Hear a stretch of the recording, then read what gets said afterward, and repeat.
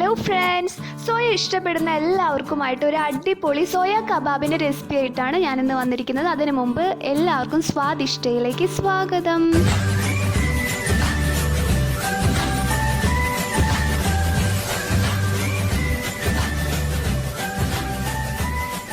ഇതിനായി ഞാനിവിടെ 2 ഗ്ലാസ് സോയയാണ് എടുത്തിരിക്കുന്നത്. പിന്നീട് ഇതിലേക്ക് ചൂടുവെള്ളം ഒഴിച്ചതിന് ശേഷം 1 മണിക്കൂർ ഒന്ന് മൂടി വെക്കുക. അപ്പൊ നമ്മുടെ സോയയൊക്കെ നന്നായി വീർത്ത് വന്നിട്ടുണ്ട്. അപ്പൊ ഇതില് കൂടുതലായിട്ടുള്ള വെള്ളമൊക്കെ നമുക്ക് ഇങ്ങനെ പിഴിഞ്ഞ് കളയാം. അതിനുശേഷം ഒരു മിക്സിയുടെ ജാറിലേക്ക് 1 സ്പൂൺ വെളുത്തുള്ളി, 3 ചെറിയ ഇഞ്ചി കഷ്ണം, കുറച്ച് മുളക്, ഇതെല്ലാം കൂടിയിട്ട് ഒന്ന് മിക്സിയിൽ അടിച്ചെടുക്കുക. പിന്നീട് നമ്മുടെ സോയയൊക്കെ ഇതിലേക്ക് ഇട്ടതിന് ശേഷം 1 ടേബിൾ സ്പൂൺ ഉപ്പ് കൂടിയും ചേർത്തിട്ട് വീണ്ടും ഒന്ന് അടിച്ചെടുക്കുക.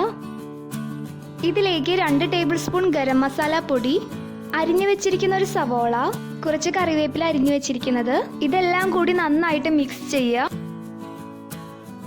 ഇതിലേക്ക് 1 ടേബിൾ സ്പൂൺ ഉപ്പ്, 1 ടേബിൾ സ്പൂൺ ഗരം മസാല പൊടി ഒന്നുകൂടെ ചേർക്കുകയാണ്. പിന്നീട് 5 സ്പൂൺ മൈദ,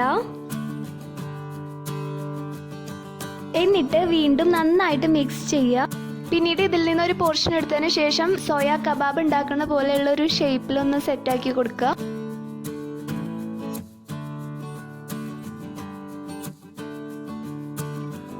ടോട്ടൽ 8 എണ്ണം നമുക്ക് ഇതുപോലെ ഉണ്ടാക്കാൻ പറ്റി. അടുത്തതായി ചൂടായ ഒരു പാനിലേക്ക് ഞാൻ സൺഫ്ലവർ ഓയിലാണ് ചേർക്കും. നിങ്ങൾക്ക് ഏത് ഓയിൽ വേണമെങ്കിലും യൂസ് ചെയ്യാവുന്നതാണ്. പിന്നെ നമ്മുടെ സോയ കബാബ് എല്ലാം ഇതിലേക്ക് ഇട്ടതിന് ശേഷം നന്നായിട്ടൊന്ന് ഫ്രൈ ചെയ്തെടുക്കുക.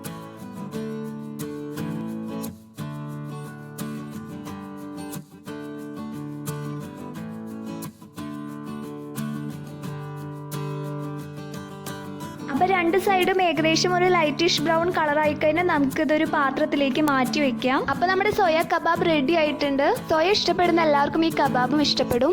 അപ്പോൾ എല്ലാവരും ട്രൈ ചെയ്ത് നോക്കിക്കോളൂ. നിങ്ങൾക്ക് ഈ വീഡിയോ ഇഷ്ടപ്പെട്ടെങ്കിൽ ലൈക്ക് ചെയ്യാൻ മറക്കരുത്. അതുപോലെ തന്നെ നിങ്ങൾ ആദ്യമായിട്ടാണ് എൻ്റെ ചാനൽ കാണുന്നതെങ്കിൽ സബ്സ്ക്രൈബ് ചെയ്യാനും മറക്കരുത്. അപ്പോൾ ഇതുപോലെ അടിപൊളി റെസിപ്പീസുമായി സ്വാദിഷ്ട വീണ്ടും വരുന്നതായിരിക്കും. Stay tune. Tata, bye bye.